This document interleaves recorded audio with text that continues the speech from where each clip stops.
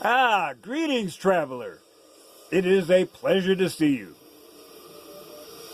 Sure, it looks good now, but you're just not looking in the right direction. If you look behind you, you can see the storm is about to break. But please, don't just stand out here in the weather.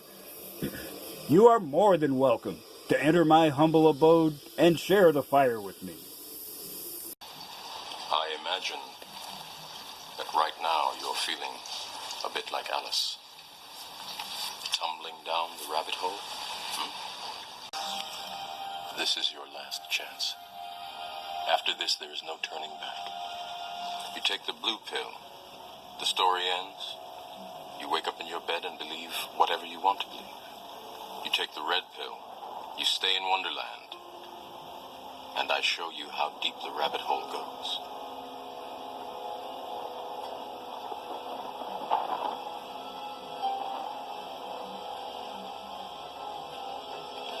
Remember, all I'm offering is the truth, nothing more.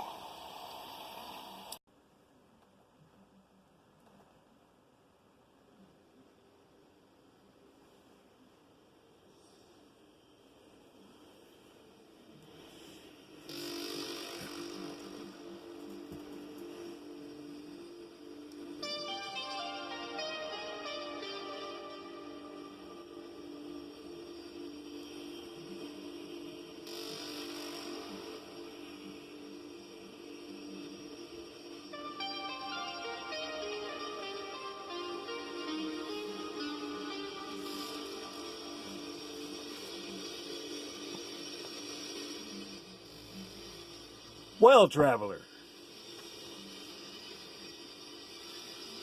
the Irish fella is in pretty much a hardcore mode now.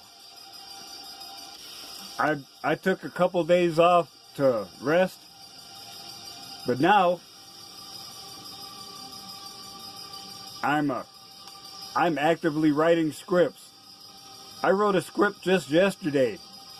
And I was so excited that I wanted to do it last night, but I figured you appreciate having somebody talk to you that's actually awake physically. So I thought I would jump out here and share a little topic relating to threat analysis.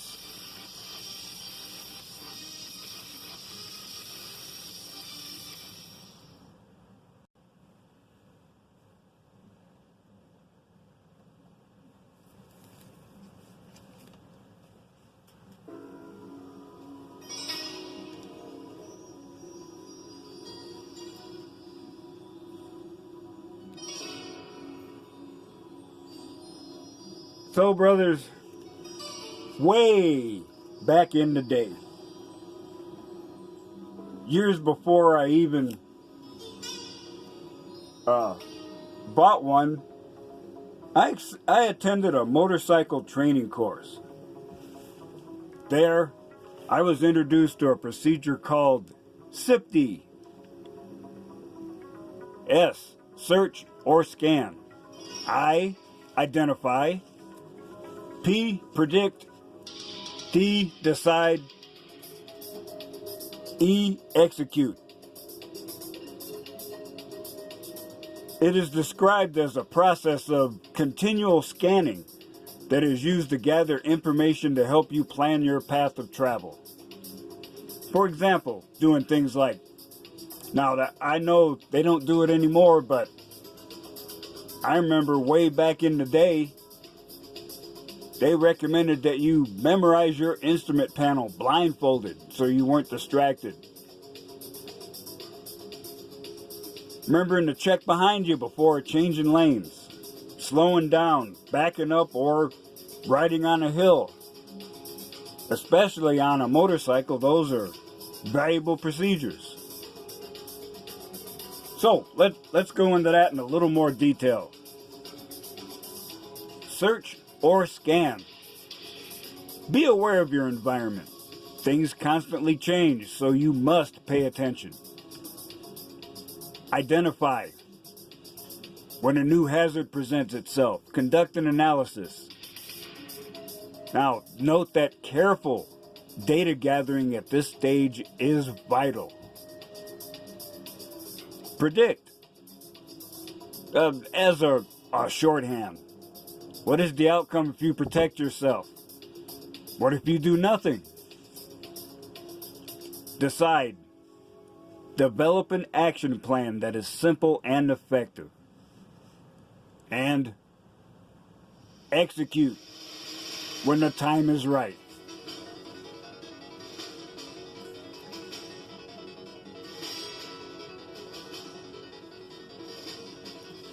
What is going to happen in the future? Unfortunately, I cannot claim the name of Negrodamus, but even a man born without eyes can see things are becoming more and more hazardous for men. Those who were in the military, and certainly those who live in the hood, have a highly developed degree of situational awareness. It becomes so ingrained that it operates unconsciously. I had this demonstrated to me starkly when I returned to Buffalo for 2 funerals.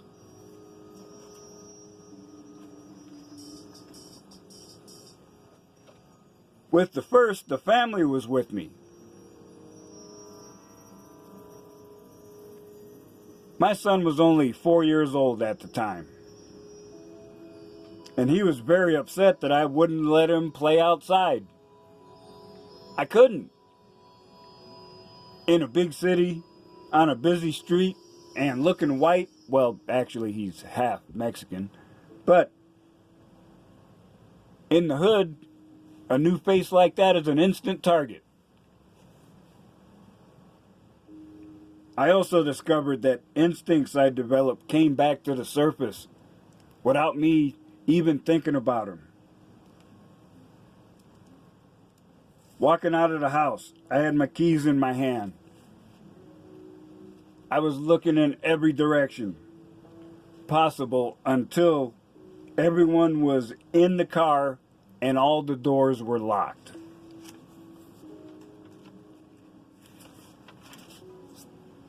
These habits manifested again when I returned for another funeral. This time alone. No matter where I went, I had on a jacket, and inside the jacket pocket, I had my hand on a knife. So I was ready to throw down because you just did not know. Even though I was lucky, I grew up in relative safety and left the hood as soon as I could. Those instincts never left me. It's probably one of the reasons why I found it easier to pick up martial arts, and why stealth skill is one of the things I demonstrate at a high level to this day. Situational awareness is a skill everyone needs, whether at work or at home. However, there's little formal attention paid to this vital skill.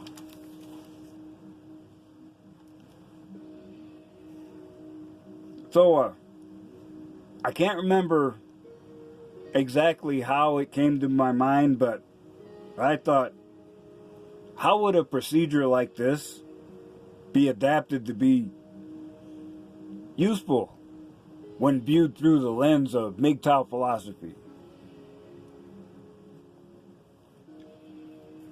Let us take the typical office environment. Now, where I work, I've described it before as a dirty, nasty, and dangerous industrial environment. But there's a small office as part of that building. In fact, that area used to be part of the smoker's break room. Some people have forgotten, but I remember. They kicked us all out of there and said the engineers needed the space. But don't worry, they said, we will build you a bigger and better break room. But what happened was some new management came in on out of town, and he was a virulent anti-smoker, and he pushed through no smoking in, except in designated areas. But that's another story. So now these new areas are set up. There's a couple little offices, couple little conference rooms. There's one area set up with cubicles, and there's one big area. Now there's a copier available in there. Anybody can walk in, make copy whatever they want. However, in the past few months, I noticed that a young lady is now in the large room that's known as the war room. There's no cubicles, there's just desks all over. Now, brothers, I got a confession to make. She's a little on the short side, a little extra meat, just okay looking, and a brunette with semi-long hair. And that combination is, well, let's just say it. If I look too long, it's kind of obvious it's working its way through my monk shielding. Now, for some reason, this young lady angled her desk so that someone who's coming from the copier, it's only 20 or 30 feet to the little intersection where you turn and then you can leave to go to the shop floor, or you walk straight through into the war room. Where her desk is right at the edge, maybe 6 feet from the open doorway. And it's angled so that someone walking back can see her face and most of her body. And it's like it almost makes you wonder if she's doing it on purpose.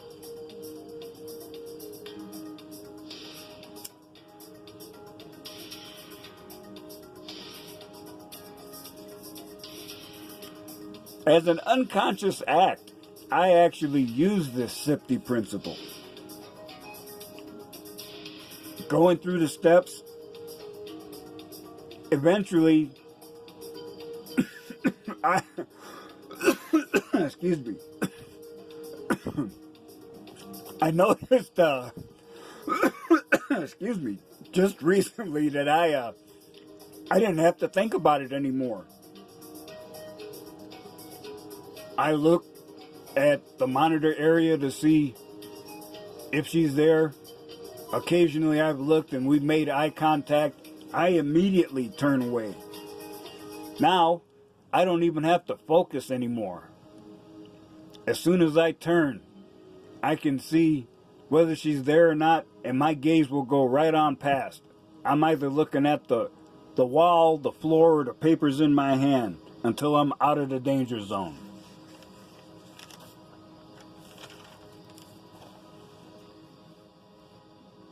I'm working on business ventures now, and no doubt, once the word gets around, there will be women trying to gain employment. Now, I admit, being an egalitarian, I might be willing to take a chance under the proper conditions. But, regardless, if we have a meeting, this is even before I hire anybody, I will have video and audio recording enabled and running before she even gets there. And then when she gets there, I will say, this is under full recording. If there's any disagreement, nope, meeting's done. Now,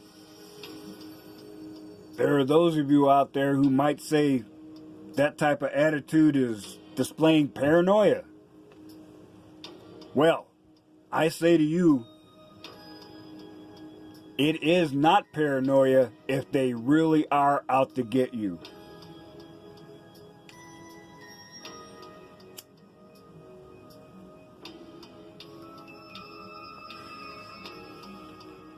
Now, to make sure I gave you a proper quote, I tried a search, but it appears that this quote has been scrubbed from the internet because it's an inconvenient truth. Lena Dunham, yes, you just heard about her. Undead Chronic, spoke a few words about that. Well, I saw the quote elsewhere, and she stated that she has zero concern over innocent men being destroyed from false allegations. According to her, the movement is what is important, and any man brutalized is completely unimportant.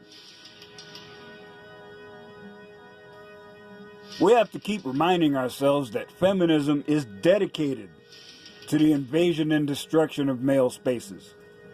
It is obvious that the goal is not the quote equality unquote they claim to be fighting for, but female superiority and complete authority over every aspect of a man's life. You think this is hyperbole? No, I ain't talking shit out my ass, Junior. Let me share with you some examples. In Canada, a man was accused of sexual assault. TFM talked about this.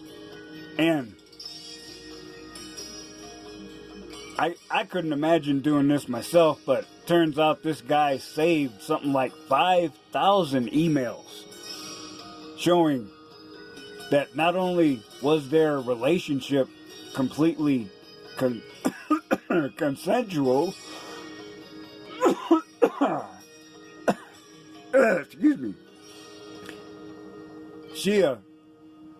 I don't remember all the details, but it was something about the particular sex act that made it sound really heinous.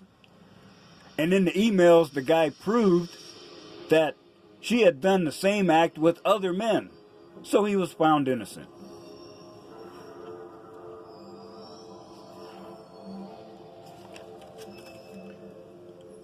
So now we know these days women have sex and later, for whatever reason, declare that they have been raped. So men decided to use their cell phones to record the woman giving enthusiastic consent to a sexual encounter. Now you think about that and you'd say, well, that's bulletproof, isn't it?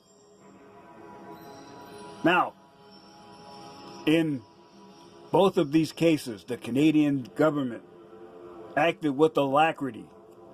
Laws were enacted to correct a hazardous situation. Are things better now?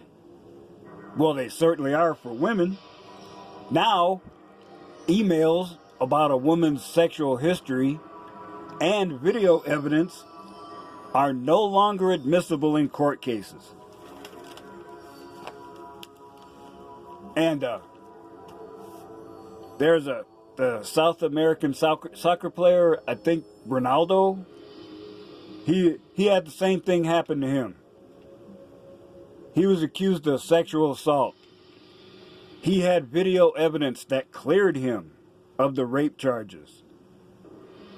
But last I heard, now he's being prosecuted for making the video.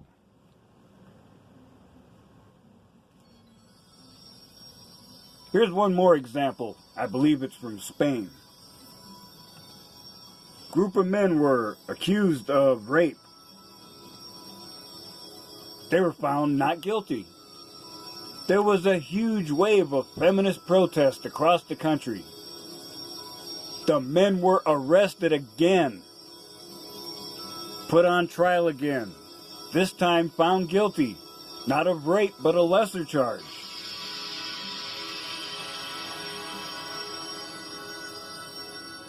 The feminists protested again. The last time I heard, the men had been arrested again and were facing another trial. And I think in Spain, a woman's word of abuse with zero evidence is enough to get you convicted of domestic violence. Period. Damn, son.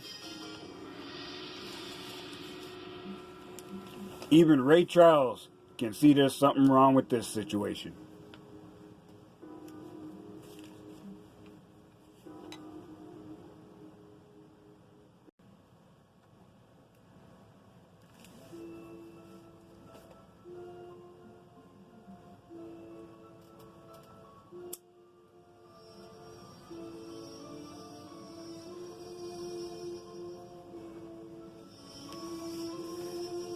Brothers, we are men living in what is becoming an increasingly toxic environment.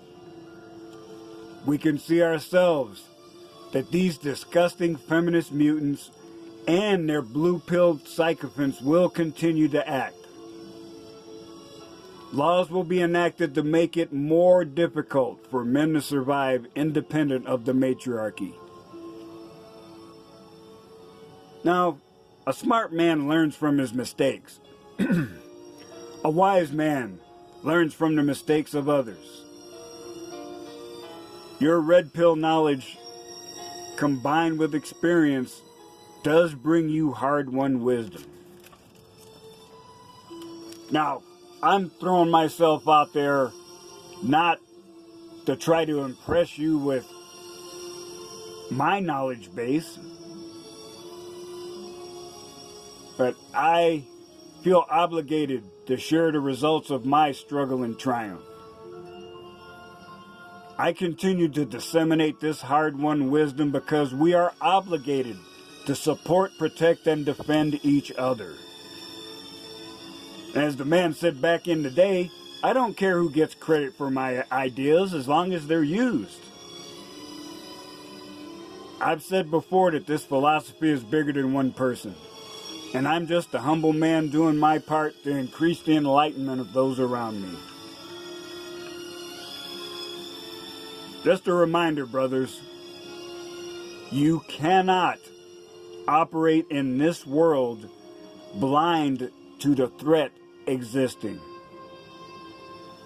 It may be a treacherous minefield out there, but red pill wisdom that I hope I'm giving to you, along with that of a multitude of quality content providers, will help you to navigate it or avoid it altogether.